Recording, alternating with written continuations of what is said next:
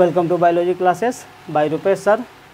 दोस्तों आज के इस क्लास में हम लोग देखेंगे क्लास फाइलम सिलेंट्रेटा। ठीक है, क्लास 11th और क्लास 9th के विद्यार्थियों के लिए ये वीडियो काफ़ी अहम होने वाला है, इसलिए इस वीडियो को लास्ट तक आप ज़रूर देखें। ठीक है, तो यहाँ पे हम लोग ये देखेंगे बाबू फाइलम सिलेंट्रेटा। ठीक है, हम क्या पढ़ा रहे हैं यहाँ पे, तो टैक्सोनॉमी। ठीक है, और किंगडम एनिमलिया पढ़ रहे हैं। ठीक है, जंतु जगत।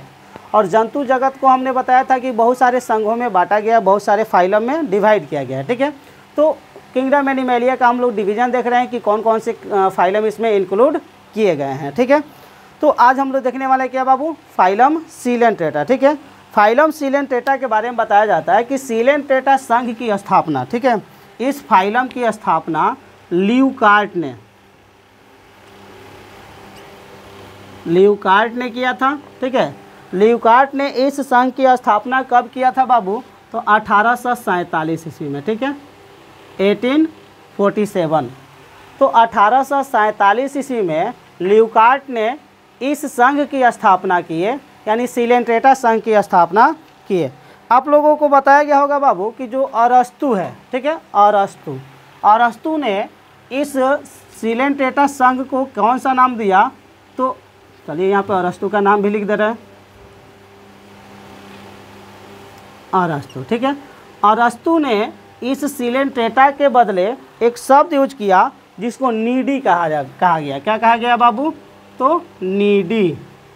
ठीक है, नीडी कहा गया, अर्थात अरस्तु के द्वारा इस संघ को नीडी नाम दिया गया। इसलिए सिलेंट्रेटा को हम लोग नाइडेरिया के नाम से भी जानते हैं। ठीक है, सिलेंट्रेटा को किस नाम से जानते हैं, तो नाइडेरिया के नाम से जानते हैं।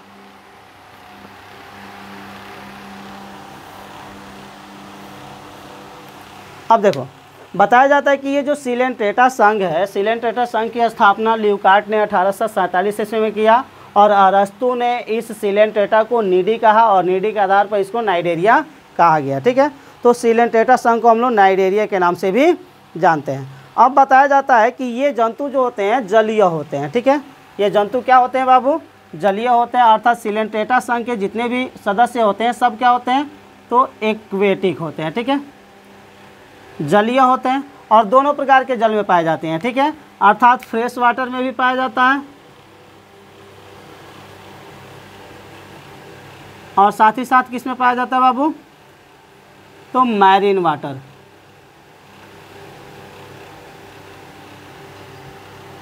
दोनों प्रकार के जलाशयों में ये पाए जाते हैं। अब बताया जाता है बाबू कि इस संघ के जो जंतु होते हैं वे रेडियल सिमेट्रिकल होते हैं। ठीक है, ये क्या होते हैं, तो रेडियल सिमेट्रिकल होते हैं।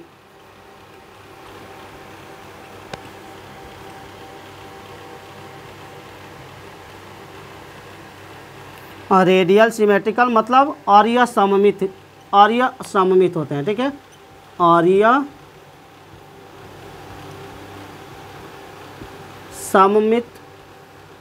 अब बताया जाता है बाबू कि ये जो सिलेंट्रेटा संघ के प्राणी है ये क्या होते हैं, तो डिप्लोब्लास्टिक होते हैं। क्या होते हैं, डिप्लोब्लास्टिक।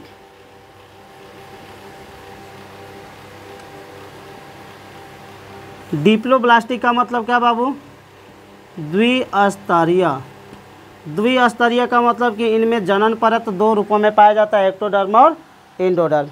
अब कह रहा है कि इस संघ के जंतुओं के शरीर गुहा, ठीक है, इसमें यानी इस सिलेंट्रेटा संघ के जो जंतु होते हैं उनके बॉडी के अंदर पाए जाने वाले खाली जगह को हम लोग क्या कहते हैं बाबू, तो सिलेंटेरॉन। ठीक है, सिलेंटेरॉन, या इसी को हम लोग क्या कहते हैं, तो गैस्ट्रोवैस्कुलर कैविटी। ठीक है, इनके बॉडी के अंदर पाए जाने वाला जो खाली स्थान होता है उस खाली स्थान को हम लोग क्या कहते हैं, तो सिलेंटेरॉन कहते हैं या गैस्ट्रोवैस्कुलर कैविटी कहते हैं। ये हो गया। अब बताया जाता है बाबू कि इनके सिलेंटेरॉन के आंतरिक सतह में, सिलेंटेरॉन के आंतरिक सतह में कुछ विशेष प्रकार की कोशिका पाई जाती है। उन कोशिकाओं को हम लोग क्या कहते हैं बाबू, तो नीमैटोसाइट कहते हैं। ठीक है, नीमैटोसाइट्स या नीमैटोब्लास्ट। हिंदी में इसको कहा जाता है दंश कोशिका, ठीक है, दंश कोशिका।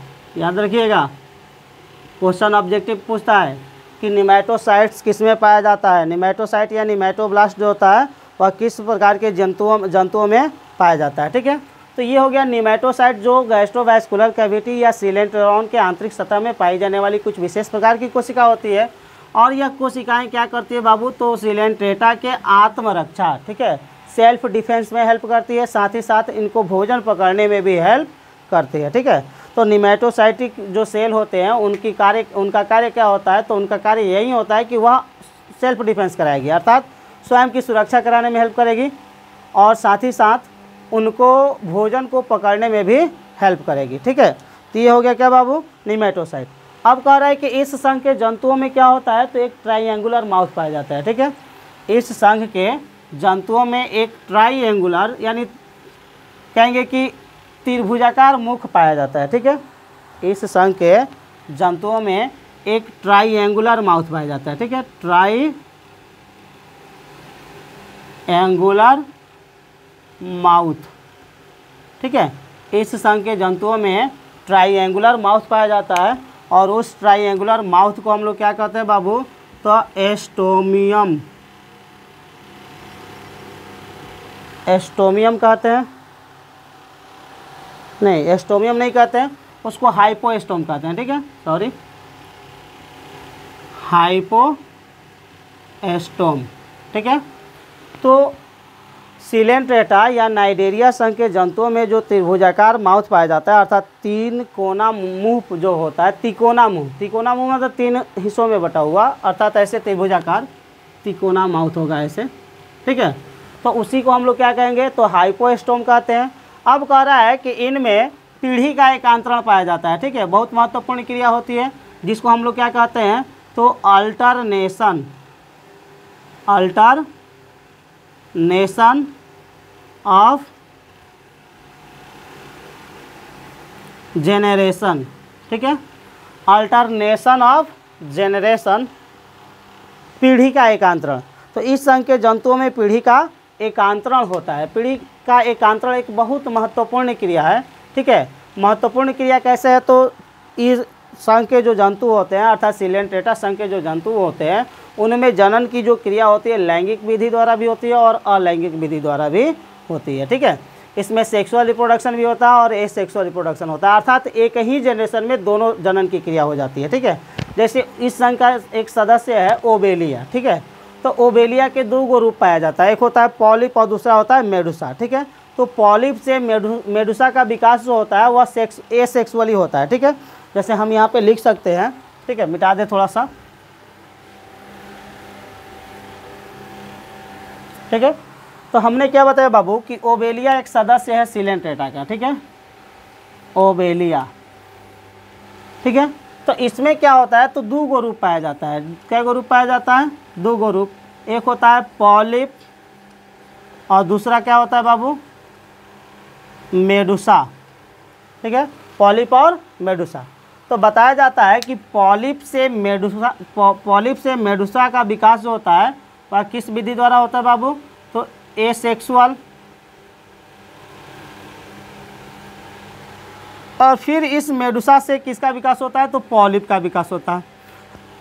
ये किसके द्वारा होगा, तो सेक्सुअल मेथड के द्वारा होगा, ठीक है, क्योंकि इस मेडुसा में दो मेडुसा होता है, एक मेल मेडुसा होता है और एक फीमेल मेडुसा होता है। इसमें लैंगिक जनन की क्रिया होती है और फिर लैंगिक जनन की क्रिया के फलस्वरूप पॉलिप ही बनता है, ठीक है ना। तो पॉलिप से मेडुसा का विकास एसेक्सुअल तरीके से होता है और फिर मेडुसा से पॉलिप का विकास जो होता है सेक्सुअल मेथड से होता है। तो अल्टरनेशन ऑफ जनरेशन का मतलब है कि जनन का प्रोसेस जो है चेंज हो जाना, ठीक है। जैसे मान के चलिए कि एक अगर पीढ़ी, यहाँ पे एक जंतु का पीढ़ी दर्शा दिया जाए 5 गो, ठीक है, 5 गो पीढ़ी हम दर्शा दिए। अब इसमें क्या हुआ, तो जनन कैसे चेंज होगा, जैसे मान के चलिए कि इस पहले वाली पीढ़ी का निर्माण जो है एसेक्सुअल रिप्रोडक्शन, ठीक है, एसेक्सुअल रिप्रोडक्शन से हुआ, तो दूसरी पीढ़ी में कौन सा जनन होगा, सेक्सुअल रिप्रोडक्शन होगा। फिर तीसरी पीढ़ी में क्या होगा, तो एसेक्सुअल रिप्रोडक्शन, फिर सेक्सुअल रिप्रोडक्शन, फिर एसेक्सुअल रिप्रोडक्शन, ठीक है। अर्थात हर पीढ़ी के दौरान, हर एक कहेंगे कि पीढ़ी के दौरान जनन की विधि का परिवर्तित हो जाना क्या कहलाता है बाबू? तो अल्टरनेशन ऑफ जनरेशन कहलाता है। ठीक है, तो ये हो गया अल्टरनेशन ऑफ जनरेशन। इसका एग्जाम्पल क्या मिलता है हम लोग को? अर्थात सिलेंट्रेटा संघ का एग्जाम्पल क्या मिलता है?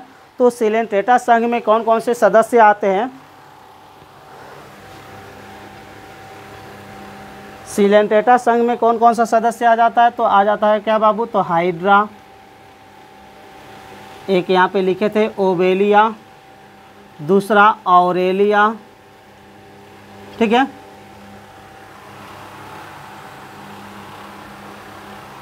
फाइसेलिया,